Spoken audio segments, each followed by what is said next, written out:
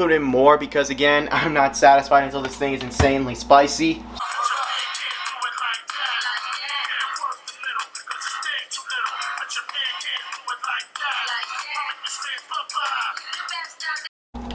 What up YouTube? This is Kevin. We're here with my cooking show.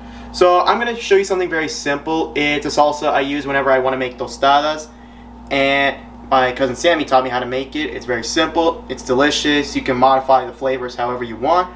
So here we go. So the basic ingredients are over here. You're going to need a white onion. I don't use all of it. It depends on how much of the flavor do you want, but we're going to be slicing it into thin pieces. Then here you're going to have Roma tomatoes. These are the base of the salsa. When you take your your pot, you're going to fill them with as many as you can, but not try to squeeze it. And then right here we have chile morón. This is going to create the zing, the spice, the flavor of the salsa. You can put in as many as you want. I like to put in a lot, but several of those in my family can't take the freaking heat. So it really depends on you. Some plain salt and oregano. These are the basic ingredients of what we're going to be using to make the salsa. So let's get to it.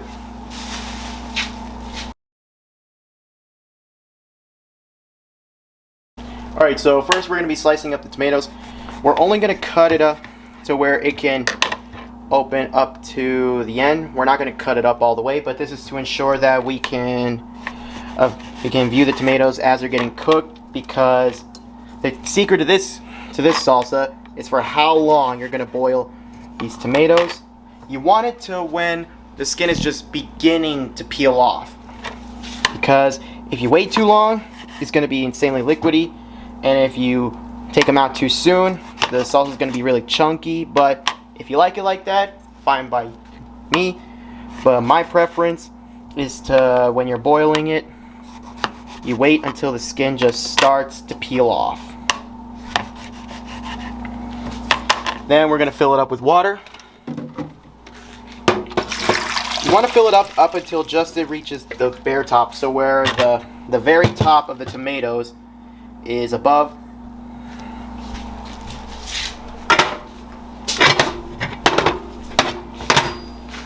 Make sure to have your pot covered.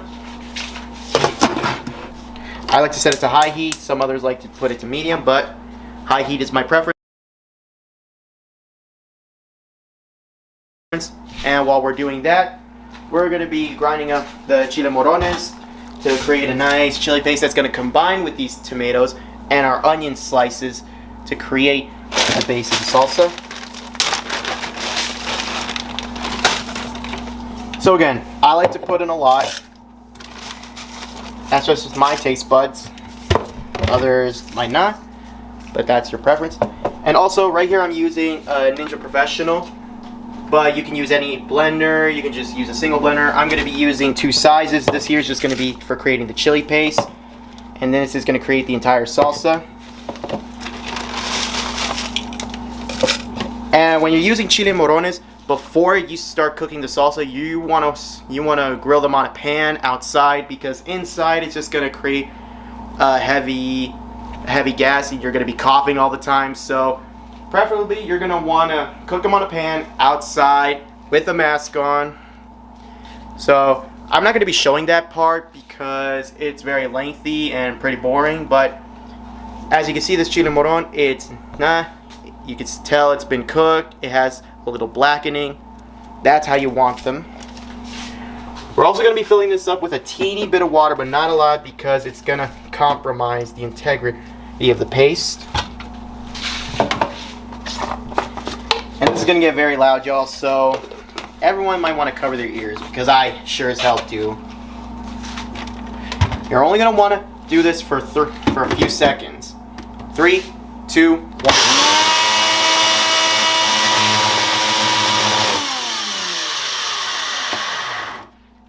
Now take a look. If you still see chunks of the chile morones, don't be afraid to put it in for a couple more seconds.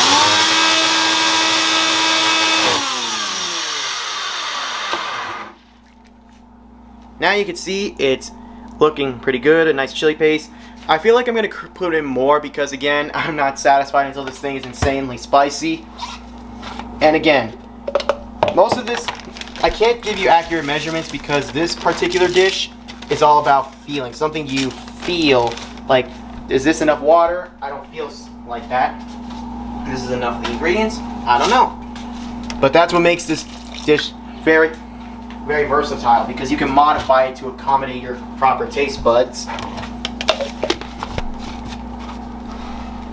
And yeah, by the end of this video, this kitchen is going to be pretty damn messy.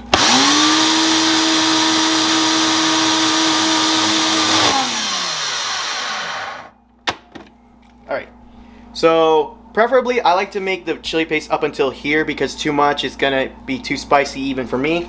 So until the tomatoes are done cooking, we're going to be setting that aside and we're going to be slicing up our onions. So make sure that the onion is positioned like this, where the ends are parallel to the cutting board.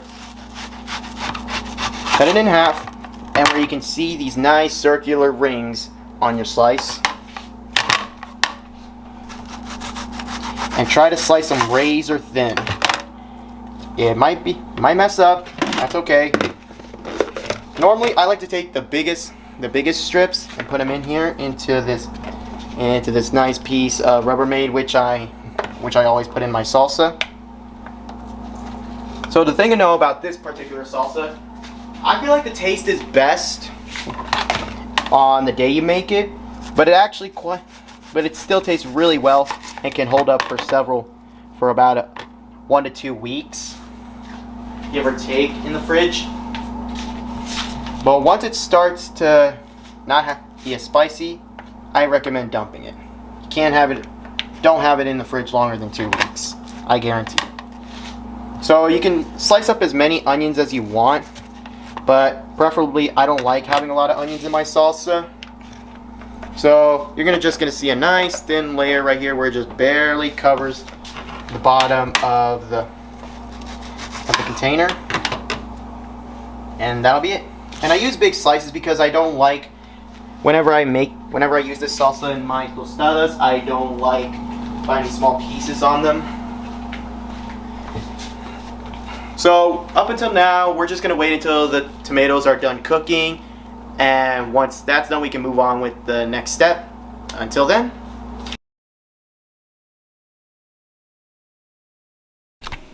Alright, so it's been a couple minutes. As you can see, the water's begun to boil. That's usually an indicator that it's time to check on the tomatoes. As you can see, the skin is just starting to come out. So that means it's time to take them out. Turn off the heat. Move the pot wherever you feel is best. For me, that's kind of the sink. That's why also be extra careful. If you're using the sink, don't put anything else in there that might dirty up the ingredients. Okay. So this is where the big container comes into play. I fit in as many of these in here as I can. Try to shake out the juice, you know. We already got plenty of water in our chili paste, so we don't want to oversaturate it. And if you need to move it anywhere else, make sure to have some covers ready.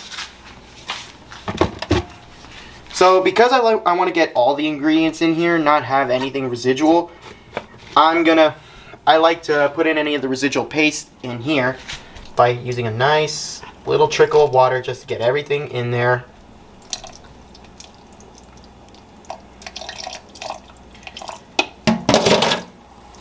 And it helps make up for any of the tomato liquid that you're going to miss out on when you're putting it in here. So I put in about half of my chili paste in here because I feel like I put in half of the tomatoes I have in here, in this section. So you can put it all into one big blender, that's fine. I used to actually do it that way before I started using the Ninja Professional. So really, whatever works for you. But in this case, I'm going to be doing this twice, and it's like I said before, it's going to get really messy in here. I always have to clean up quite a bit after I make salsa. 3, 2, 1.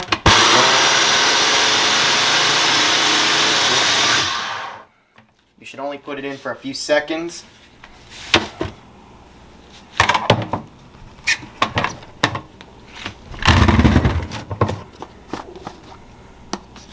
As you can see, it's gotten nice and mixed in there. Just put it in here with the onions, and then we do it again.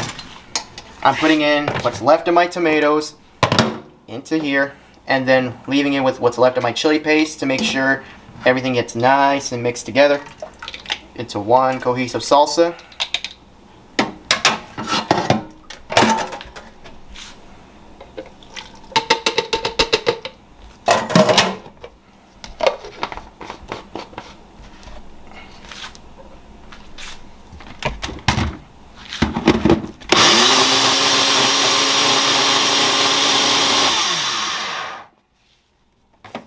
Now notice from the color of the salsa that it's a pretty deep red.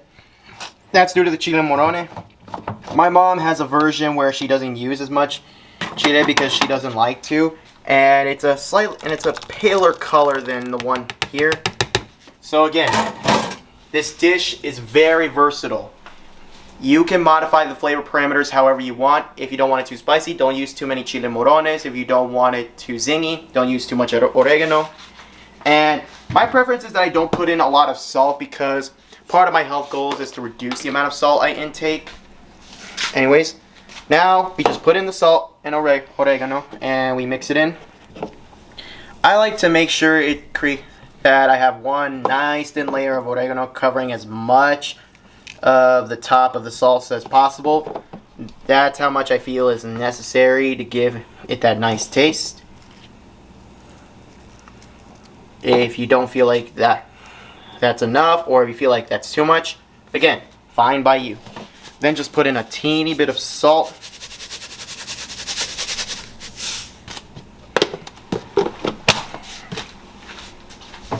Like that. I just don't like leaving things unattended. And then you just mix it together. And there it is. Salsa de Tostadas. It doesn't really have an official name. This is something my cousin Sammy once taught me, and even though he was the one who showed me this recipe, the way I prepared it has become so common among the household that now everybody regards this as my salsa. Like, oh yeah, we all know this is Kevin's salsa. It's insanely spicy. It's gonna cause your throat to burn. Anyway, but again, this is something that's been shared among the family, and it's very easy to make. And right now, as you can see, I'm preparing frijoles because I'm going to make tostadas. But I don't think I'm going to show you a full video of how to prepare those yet. I'll save that for another time. But anyway, thank you for watching. And also, for any of you haters out there who might regard why I'm wearing this hair cap, it's Wednesday, it's my hair day, I keep up with my routine. And for anyone who thinks that's unmanly, buzz off. There's nothing wrong with a man who likes to take care of himself. Alright? Anyways, thank you for watching. Stay tuned for more videos.